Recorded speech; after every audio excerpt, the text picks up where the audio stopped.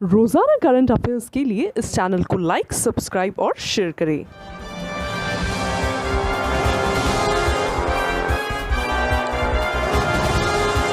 आपका पहला सवाल कंप्यूटर स्क्रीन पर ये रहा।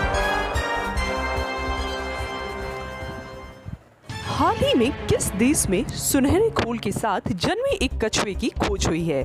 नेपाल, भारत, चीन या पाकिस्तान? आपका सही जवाब है नेपाल। नेपाल में सुनहरे खोल के साथ जन्मे एक कछुए की खोज हुई है। इसका यह रंग बेहद दुर्लभ जेनेटिक म्यूटेशन की वजह से होता है, जो उसके पिगमेंटेशन को बदल देता है। नेपाल के टेक्सोनोलॉजी एसोसिएशन में एक अधिकारी ने कहा कि नेपाल में इस कछुए में क्रोमैटिक इल्यूसिज्म का यह पहला और दुनिया भर में ये केवल 5वां मामला है। वन्य जीव विशेषज्ञ कमल देव कोटा ने कहा कि इस कछुए का नेपाल में धार्मिक और सांस्कृतिक महत्व है।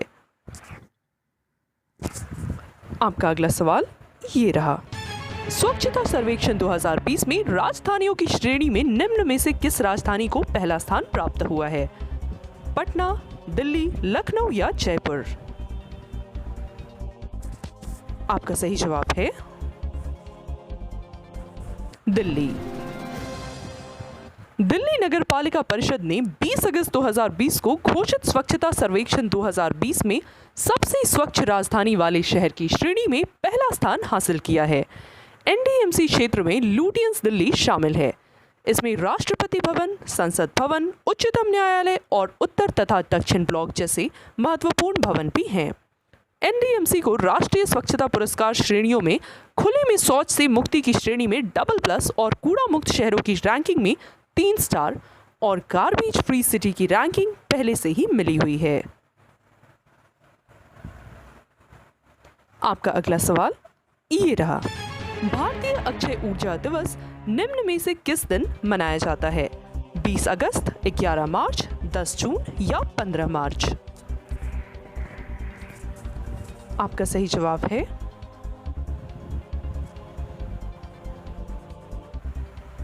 20 अगस्त।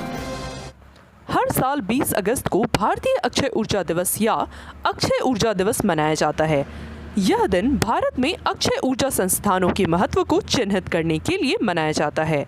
भारत सरकार देश को ऊर्जा की एक स्थायी मात्रा प्रदान करने हेतु विकास अथवा नवीकरण ऊर्जा स्रोतों के महत्व से अवगत है। भारतीय अक्षय ऊर्जा दिवस की शुरुआत साल 2004 में अक्षय ऊर्जा दिवस कार्यक्रमों का समर्थन करने और ऊर्जा के पारंपरिक स्रोतों के बजाय इसके उपयोग को बढ़ावा देने के लिए की गई थी। सरदार पटेल राष्ट्रीय एकता पुरस्कार के लिए ऑनलाइन नामांकन प्रक्रिया को बढ़ाकर अब कब तक कर दिया गया है? 25 अक्टूबर 2020, 31 अक्टूबर 2020, 31 दिसंबर 2020 या 30 नवंबर 2020? आपका सही जवाब है 31 अक्टूबर 2020। सरदार पटेल राष्ट्रीय एकता पुरस्कार के लिए ऑनलाइन नामांकन प्रक्रिया को बढ़ाकर अब 31 अक्टूबर 2020 तक कर दिया गया है। यह भारत की एकता और अखंडता में योगदान के क्षेत्र में दिया जाने वाला सर्वोच्च नागरिक पुरस्कार है। भारत सरकार ने इस पुरस्कार को सरदार वल्लभ भाई पटेल के नाम पर शुरू किया है। यह पुरस्कार राष्ट्रीय एकता और अखंडता को बढ़ावा देने हेतु और एक मजबूत तथा अखंड भारत के मूल्यों को मजबूती प्रदान करने के लिए उल्लेखनीय और प्रेरणादायक योगदान की पहचान करता है। आपका अगला सवाल ये रहा। डीबीएस बैंक इंडिया लिमिटेड ने किसको राष्ट्रीय वितरण के एमडी और प्रमुख के रूप में नियुक्त किया है? राहुल सचदेवा, अमित त्यागी, प्रशांत जोशी या मोहन झा? आपका सही जवाब है Prashant Joshi. DBS bank India limited ने प्रशांत जोशी को प्रबंध निदेशक एमडी और राष्ट्रीय वितरण प्रमुख के रूप में नियुक्त किया है। वह डीबीएस बैंक इंडिया लिमिटेड के प्रबंध निदेशक और सीईओ सुरजीत सोम को रिपोर्ट करेंगे। हाल ही में किस देश के राष्ट्रपति इब्राहिम बाऊबकर कीता ने अपने पद से इस्तीफा दे दिया है? कांगो, घाना, कीनिया या माली? आपका सही जवाब है माली। पश्चिम अफ्रीकी देश माली के राष्ट्रपति इब्राहिम बाउबकर कीता ने अपने पद से 18 अगस्त 2020 को देर रात इस्तीफा दे दिया। देश में एक अप्रत्याशित घटनाक्रम में विद्रोही सैनिकों ने राष्ट्रपति आवास का घेराव किया और हवा में गोलीबारी करते हुए उन्हें बंधक बना लिया था। बता दें कि राष्ट्रपति कीता के खिलाफ भ्रष्टाचार और खराब सुरक्षा व्यवस्था के आरोपों को लेकर जून से ही देश भर में प्रदर्शन जारी है और इस्तीफे की मांग भी की जा रही है। भारतीय कप्तान विराट कोहली अंतर्राष्ट्रीय क्रिकेट परिषद की नवीनतम टेस्ट रैंकिंग में बल्लेबाजों की सूची में किस स्थान पर बरकरार हैं? पहले स्थान, दूसरे स्थान, तीसरे स्थान या चौथे स्थान? आपका सही जवाब है दूसरे स्थान।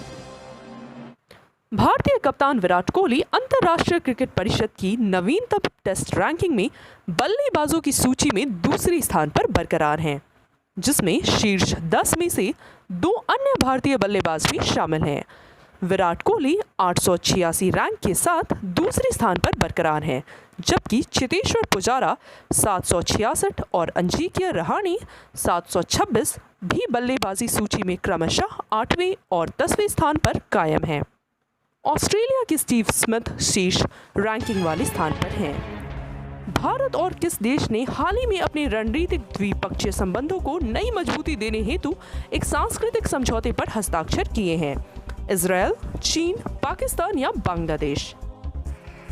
आपका सही जवाब है